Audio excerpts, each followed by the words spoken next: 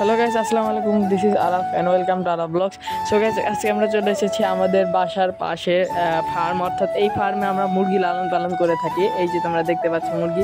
তো আজকে হচ্ছে মুরগির ভ্যাকসিন দেওয়ার ডেট, অর্থাৎ মুরগিরা এখন ডিম দিচ্ছে, সে কারণে একটা ভ্যাকসিন দেওয়া লাগে। আমি সঠিক জানি না এটা কী ধরনের ভ্যাকসিন, তো ভাবলাম যে আজকে ভ্যাকসিন দিবে, তো আমি ভিডিওটা করে ফেলে দেখতে পাচ্ছ এই যে এটা হলো আমাদের বাসা এবং পাশে আমার মামার বাসা।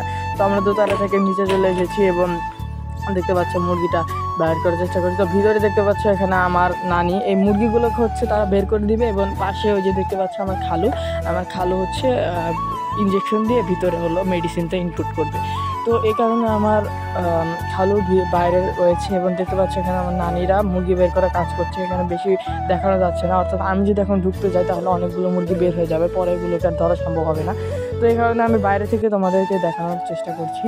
তো এরপরে আমি এখানে দাঁড়িয়েছিলাম, এটা দেখতে পাচ্ছি আমার দাদিও এখানে দাঁড়িয়ে আছে, যে একটা করে মুরগি দিবে, আমরা যে আমার খালুর কাছে নিয়ে যাবো এবং সে শুধু ইনপুট করে দেবে। তো এই কারণে আমি এখানে দাঁড়িয়েছিলাম এবং তোমাদেরকে দেখা যাচ্ছে এখানে অনেকগুলো গাছপালাও আছে। দেখতে পাচ্ছ এখানে একটা নিম গাছ, এই নিম গাছটাই সব থেকে বড় গাছ এখানকার, এবং এখানে দেখতে পাচ্ছ অনেক ছোট ছোট আম গাছও আছে।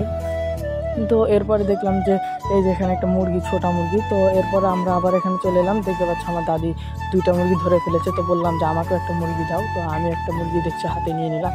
তো হাতে নিয়ে আমি আমার খালুর কাছে চলে আসছি, যাতে সে মুরগিটাতে ভ্যাকসিন ইনপুট করতে পারে। তো আমার দাদিকে দেখতে পাচ্ছ, ওই দেখো আমার খালু ভ্যাকসিন ইনপুট করছে মুরগির পায়ে।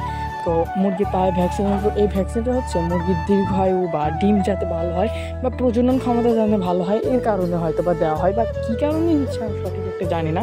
তো এক দিন করে করে দিতে হয়। তো দেখতে পাচ্ছ এখানে অনেকগুলো মুরগি প্রায় কমপ্লিট। তো আমিও তোমাদেরকে দেখানোর চেষ্টা করছি, এবং এরপরে আমরা ফার্মের কাছে গেলাম, যে বললাম যে আমাকেও একটা মুরগি দাও। তো তারা মুরগি বের করছে, তো আমি ওখানে দাঁড়িয়েছিলাম যে একটা মুরগি হলেই আমি ভবাস করে ধরে নিয়ে চলে যাব। তো এরপরে আমি মনে করো এই মুরগিটাকে ইনপুট দেওয়ার পরে আর তেমন ভিডিও করার ইন্টারেস্ট ছিল না। মানে এরপরে আমি আমার অন্য যেগুলো কাজ ওগুলো করার চেষ্টা করছিলাম। তো এরপরে ভিডিওটি ওখানে করা হয়নি, কারণ ফোন কাছে রেখে গিয়ে এইভাবে ব্লগ করা যায় সবসময়। সো গাইস, আজকের ব্লগটা এই পর্যন্ত ছিল। কেমন হয়েছে জানাবে।